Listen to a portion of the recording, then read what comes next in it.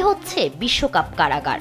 ম্যাচের ফলাফল বিপক্ষে গেলে মাথা ঠিক থাকে না যেসব সমর্থকের, তাদের সামলাতেই তৈরি করা হচ্ছে এই বিশেষ কারাগার।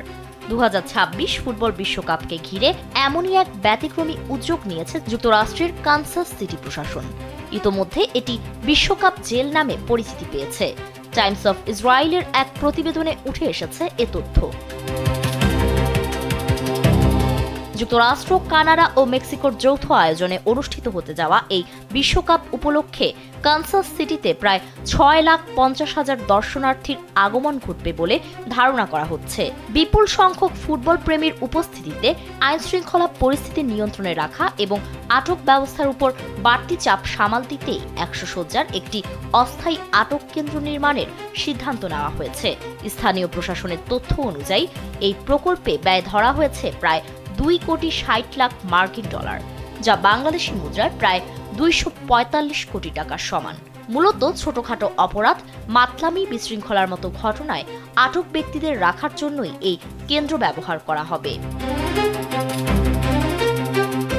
অবাক করা বিষয় হলো 2009 সালের পর থেকে কানসাস সিটিতে কোনো নিজস্ব কারাগার নেই। তাই বিশ্বকাপের সময় বাড়তি চাপ সামলাতে ফ্রন্ট স্ট্রিট এলাকায় এই অস্থায়ী কারাগার নির্মাণ করা হচ্ছে।